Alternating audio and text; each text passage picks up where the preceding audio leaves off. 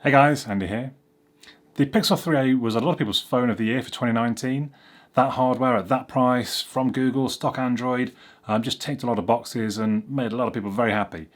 My mum's got one, or I bought it for her. Very nice phone.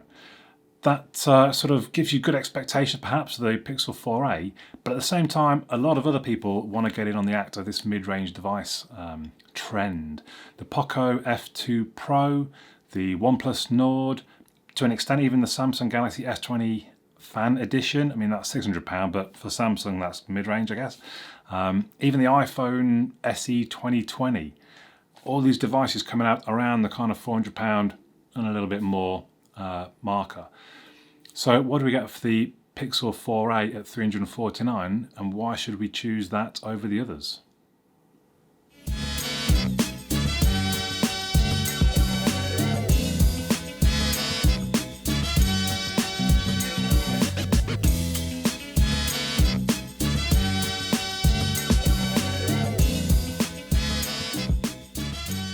So let's start off with the design of the 4a. Comes in just black, and it is plastic, but it feels quite nice. It's a sort of textured feel to it. 8.2 millimeters thick and 143 grams means, to me, that's a nice size and weight. Rear mounted fingerprint sensor, which is good. It was very reliable and fast, but it's so kind of subtle and flush with the rest of the body. You often can't find it on the first attempt, and you're searching around on the back of the phone with your finger trying to find the sensor. It has stereo speakers. Let's nip in and... Alex, this is their chicken sandwich, their new chicken sandwich. This is a special thing. I'm sorry. All Popeyes is good. It's just all Popeyes.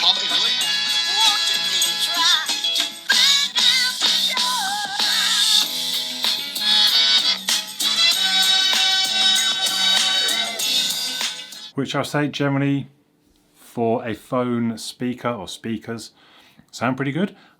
Scored, what did it score? 90.1 decibels on my test. That's up there in the top quarter of results, so there's plenty of volume. I certainly had no problems listening to podcasts and making phone calls. 3.5mm jack for those still wanting it. The actual hardware, so we've got a Qualcomm Snapdragon 730G CPU, which is an 8nm chipset. It's an octa-core CPU, Adreno 618. This comes with 128GB of storage and 6GB of RAM with the UFS 2.1 file system. So as you'd expect with mid-range, none of that's top-end specs, it's all mid-range specs, and it scored around about 1510 as an average on Geekbench 5. Which is okay, that's in there with other mid-range devices. I think what we're learning this year, perhaps a bit last year, but this year, is that it's more about the experience, and I've not really experienced any lag. It's nice and smooth, no problems at all. To me, it's got enough power. I do wonder, have chips kind of outdeveloped the software? So, I don't know, I look back 2 years ago on my phone, am I doing much tonight? Instagram, emails, maybe a bit of Facebook, photos, browsing photos. It's the same. I've been doing that for 2 or 3 years, but the hardware is getting quicker and quicker and quicker. And the 730G, I think, is comparable to a couple of years ago top-end CPUs. It was good enough back then. It's probably good enough now because I'm doing much the same stuff.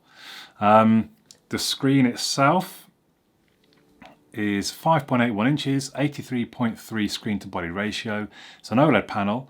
1080 by 2340, which is 19.5 by 9 ratio, and about 443 pixels per inch.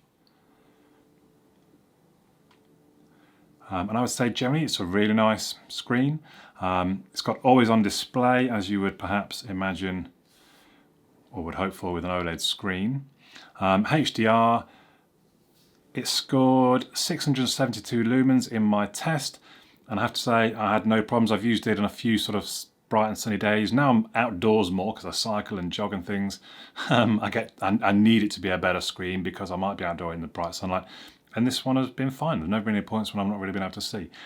And again, I think perhaps they just don't need to go. So some screens used to go up to 800 lumens. I just don't think it's needed. So I think they're happy with 600 odd, and I think they should be.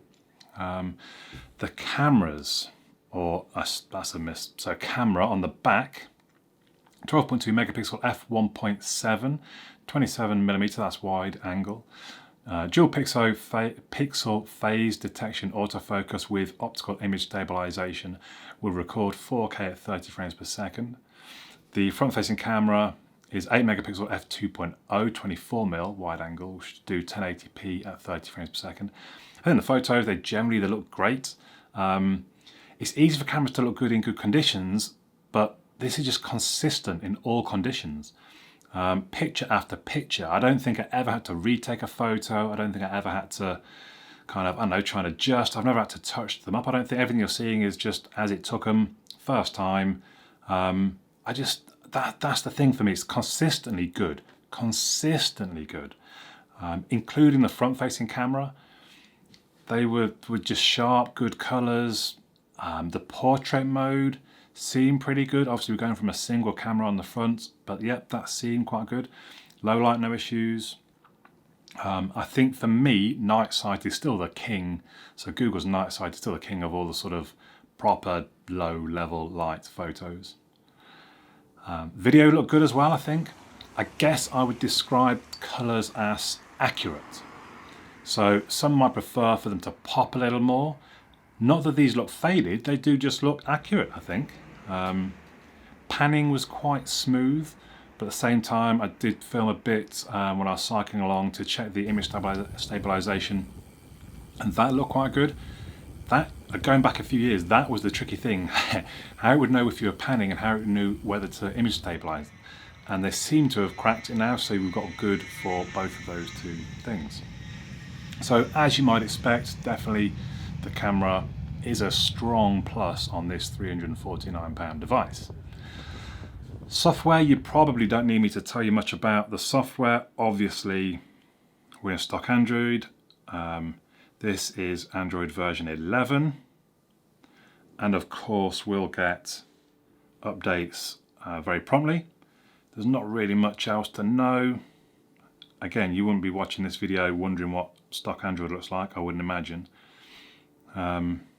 That's interesting. That's one thing that people are complaining about, and I get their point. So I've got 6. It used to be you'd pull down, you'd get more, and I've still got the 6. Okay, I can swipe across if I had more, but anyway, never mind.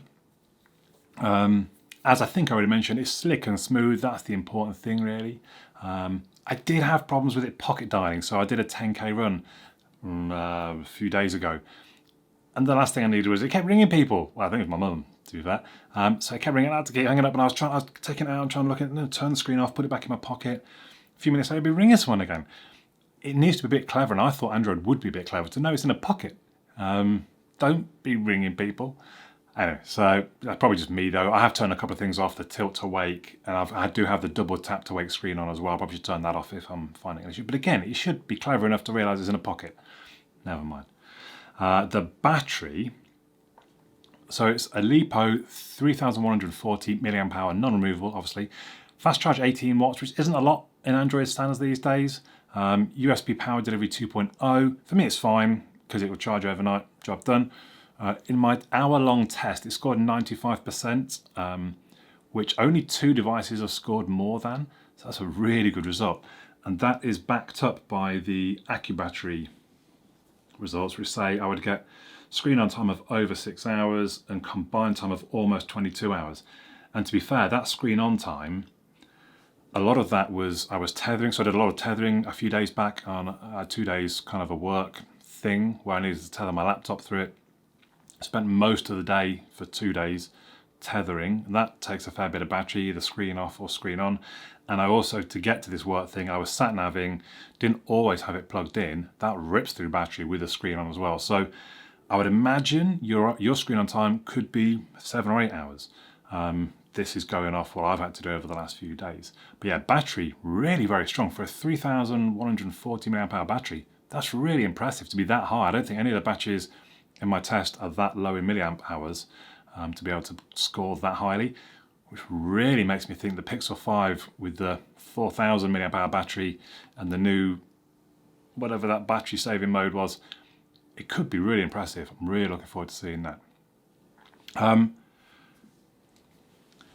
So I mean, I feel like this review hasn't taken long because although it's a good phone, possibly even a great phone, there's nothing massively sexy about it. So I'm in no massive hurry to go back to my Pixel 4, which, okay, Pixel 4 is an older phone, but that was kind of the flagship device. And in fact, there was one point I was thinking, oh, do I just keep the 4A and use it as my main device moving forward? But actually I've ordered the Pixel 5, so probably not. But you know, I'm on day 9 with this device. Some phones, 4 or 5 days, really bad ones, maybe 3 or 4 days because I just want to get off them again. I was in no hurry. There's not really any difference to my Pixel 4. But there's nothing particularly exciting about it. It's just a good phone. If someone had £400 to spend on a device, I probably would say, yeah, you probably want the Pixel 4a. And I'd base that off the reliability of the camera, the fantastic battery life, it's a smooth UI experience, you're going to get prompt updates from stock Android. And then you look at the words that I've used in why I'm saying you'd use this: solid, reliable, smooth UI, prompt updates. None of them are kind of exciting, are they? But at the same time, put all of that into one device and it's going to be a good device. So I don't know, yeah, it's kind of weird in some ways. I do like it, and I do think it's probably the phone I would recommend to people. I mean, even no money, no object, this 4A is not a bad option, because you're still going to get good value. And in fact, speaking of value, with this I've got a discount code which I'll put on the screen down below. If you order the Pixel 4a, and this is not, I don't get anything from this, it's literally just Google said, oh, there's a discount code. If you order between the 15th of October and the 15th of November, you get 10% off the Pixel 4a, which also made me think, oh, I wonder how much the 3a is. Is that an even better option now? The 3a is still £329. So if you order with the discount code, it's going to come down below the 3a. That makes it a crazy good buy, I think. Yeah. So all that said, I am still going to send it back, but mainly because I've ordered the Pixel 5 and I've already got a Pixel 4 that I can't just send back, so I'll go back to the 4 until the 5 comes. But the Pixel 4a, it really is a good phone. It's just not that exciting, I suppose. Seems kind of weird in some ways. Let me know your thoughts in the comments down below. Do you disagree? Do you agree? Are you excited by the 4a? Does the release of the 4a, 5G and the Pixel 5 kind of squash any excitement you did have for the 4a? Are you buying a 4a? Have you got a 4a? Drop me a comment. I do read them all. I reply where it's sort of suitable, necessary. If you haven't subscribed, please do. Especially if you want to see the Pixel 5 review, I will be getting that in 10 days, I think it will be now. Obviously, please give the thumbs up to the video because that helps the YouTube algorithms. But for now, my name's Andy, and I'll catch you all again soon.